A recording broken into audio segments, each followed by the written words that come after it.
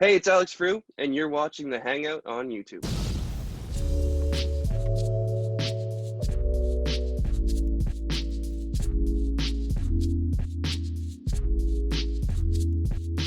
So you've been busy during quarantine, during the pandemic, releasing single after single and doing some live performances as well. I want to talk about your first single, Get Out Alive. It kind of talks about a toxic relationship. Yeah, Why was that the first single that you chose? there's a few reasons why that was the first one.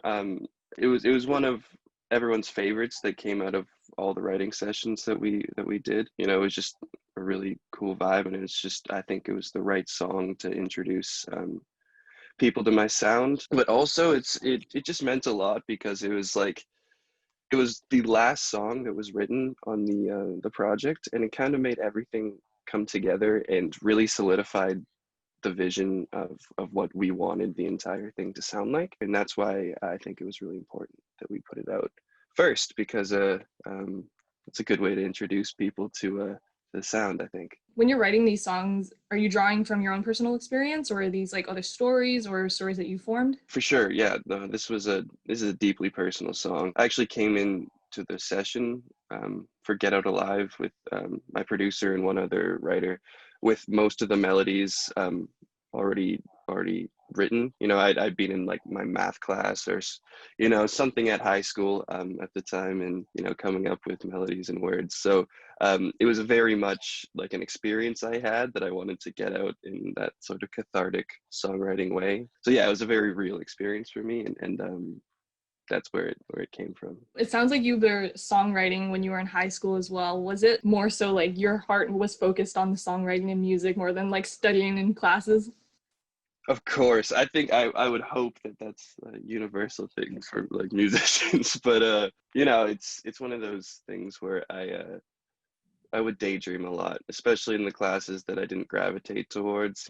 Being someone who is trying to write passages for a living. I loved English class and the like, but most of the time it was spent scribbling in a notebook or writing on the worksheets that I was supposed to be filling out, with doodles and meaningless words that I would want to turn into songs. But past that point in my life, now I just get to focus on the stuff that I love. So yeah, it's good.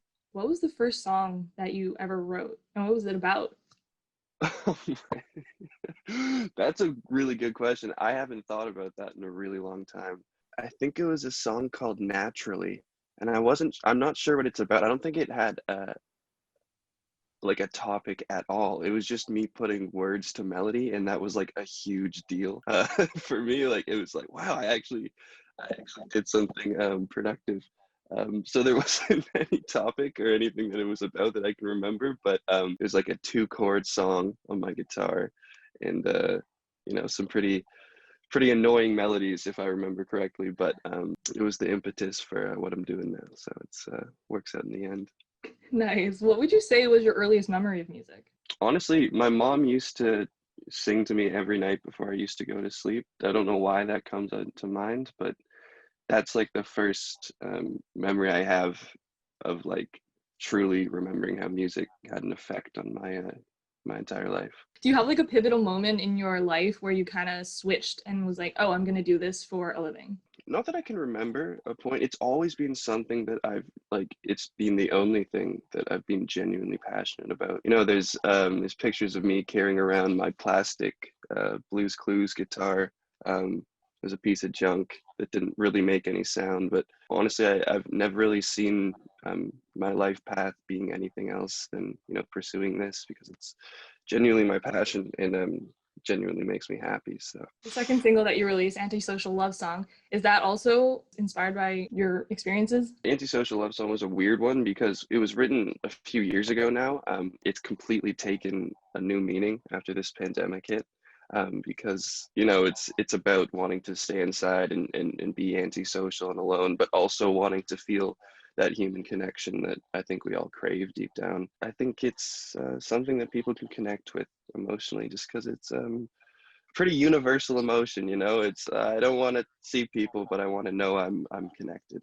I really appreciate the sentiment, and I'm really glad it's out there, because I think the world that sort of sentiment right now. What would you say is kind of the goal for your music? I really want to create a vibe that people can resonate with, and like I wanted to make it kind of a cohesive batch of emotions, if that makes sense. You know, that people can delve into and connect with, because everything that I've, you know, gravitated towards as a young guy listening to music, and has really told a story. And my project is very much a pop music project, but I really want there to be that sort of depth and mystery, and something that people can read into. It's not all face value. I want to talk about your music visuals. They're so complex and, like, I don't know, aesthetically pleasing, I guess. So how did you kind of get around to creating stuff like that? I was really lucky enough to work with a lot of fantastic visual producers. The guy who did a lot of the lyric videos for the two singles that are out is named Keenan, and then Travis Didluck, who created these visuals, and it's been absolutely incredible. Like sometimes I'm floored because, you know, we go back and forth and exchange ideas and stuff, but then, you know, you get the real thing back in the visuals, and you're like, oh my god, it's perfect. And, you know, I could never do that, because my main focus is, you know, writing songs, and but seeing all that come together and seeing like visions kind of come to fruition is incredible. Those visuals make me really happy. But yeah. And what can we expect for the rest of 2020 from you? Rest of 2020, there's definitely going to be another song. And there's a project coming next year, 2021, in February, I believe. And that's the plan as of now. So we're still releasing stuff, and we're ramping up to this project coming out next year. There should be visual content coming out this year, and possibly different versions of the songs, and even new music. So I'm really excited to keep the ball rolling, and get everything, you know, going.